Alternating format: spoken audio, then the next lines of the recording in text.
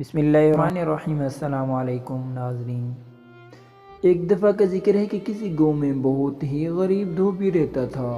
کپڑوں کی دھلائی کے ساتھ ساتھ اس کو آسمان کو قریب سے دیکھنے کا بہت شوق تھا، اور وہ اس کی بیوی روز دھوبی گھاٹ پر کپڑے دھونے جاتے تھے۔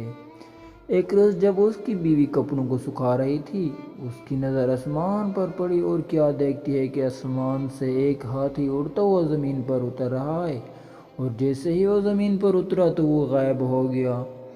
2-3 روز تک وہ یوں ہی ہاتھی کو زمین پر اترتا دیکھتی رہی۔ ایک رات اس نے یہ سارا ماجرا دھوبی کو بتایا۔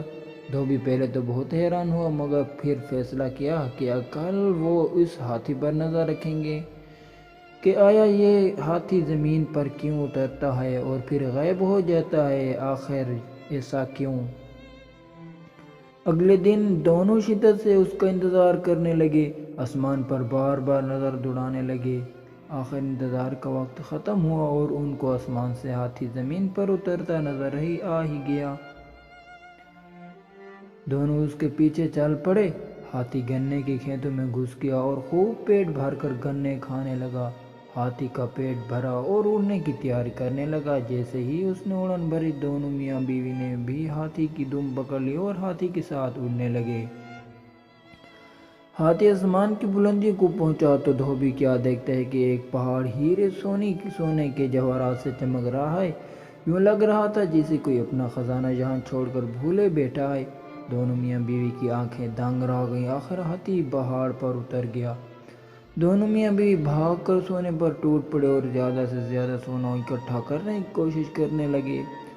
رات کے بڑھتے اندھیرے سے پریشان ہونے لگے۔ اچانک ان کو خیال آیا کہ صبح ہوتے ہی وہ ہاتھ کی دم پکڑ کر زمین پر اتر جائیں گے۔ آخر صبح ہوئی۔ وہ ایسا ہی کیا جو انہوں نے ساری رات سوچتے گزار دی۔ خیر زمین پر اترے اور اپنے گھر کی طرف رواں ہو گئے۔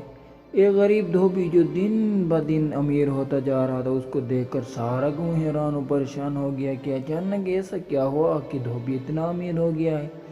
گاؤں کے لوگ دھوبی کے پاس آئے اور اس کے یوں اچانک امیر ہونے کا راز پوچھنے لگے۔ دھوبی ان کو کچھ نہ بتاتا۔ ایک دن دھوبی کسی کام سے شہر سے باہر نکل گیا۔ اس بات کا فائدہ اٹھاتے ہوئے ان کے ہمسائے دھوبن کے پاس آئی اور باتوں باتوں میں خزانے کا راز اگلوایا۔ رات کو جب دھوبی واپس آیا، دھوبن نے سارا ماجرا بتایا۔ دھوبی کو اس حرکت پر بہت غصہ آیا، مگر اب بات ہاتھ سے نکل چکی تھی۔ صبح سارا گاؤں دھوبی سے مدد مانگنے آ گیا۔ وہ ان کے ساتھ کھیتوں میں چلے اور ہاتھی کے خزانے تک پہنچانے میں ان کی مدد کریں۔ یہ سب سننے کے بعد دھوبی کے دل میں لالچ پیدا ہو گئی کہ وہ ان کے ساتھ جا کے اور خزانہ اکٹھا کر کے لائے گا۔ یہ سوچ کر وہ ان کے ساتھ جانے کے لیے راضی ہو گیا۔ اگلی صبح سارے گاؤں والے کھیتوں کو نکل گئے اور آنکھیں آسمان پر جمائے بیٹھے تھے۔ ہاتھی زمین پر اترے اور گنے کھانے لگا۔ سب گاؤں والے اس طاق میں بیٹھے تھے کہ جیسے ہاتھی گنے کھا کے فارغ ہوگا، وہ سب اس کی دم پکڑ کر اس خزانے تک پہنچ جائیں گے۔ جیسے ہی ہاتھی اڑنے لگا، سب نے اس کی دم پکڑ لی۔ دھوبی سب سے آگے اس کی دم پکڑے تھا اور یوں اس کے پیچھے ایک لمبی قطار میں پورا گاؤں ایک دوسرے کو پکڑے ہاتھی کے ساتھ اڑے چلے جا رہے تھے۔ سب گاؤں والے آپس میں باتیں کرنے لگے کہ وہاں اتنا خزانہ ہوگا کہ ہم سب لے کر آ سکیں گے۔ کسی نے کہا خود سے سوچنے سے اچھا ہے کہ ہم کیوں نہ دھوبی سے پوچھ لیں۔ ایک گاؤں والے نے پوچھا، دھوبی وہاں کتنا سونا ہے؟ دھوبی خزانے کے لالچ میں گاؤں والوں کے ساتھ چل دیا تھا۔ دم کو چھوڑتے ہوئے ہاتھوں کے زاویے سے کہنے لگا، اتنا زیادہ۔ یہ کہنے کی دیر تھی کہ سب زمین پر سر کے بل گر پڑے اور ہاتھی مدد سے آسمان میں اپنی اڑان بھرنے لگا اور گاؤں والوں کو ان کی لالچ کی سزا مل گئی۔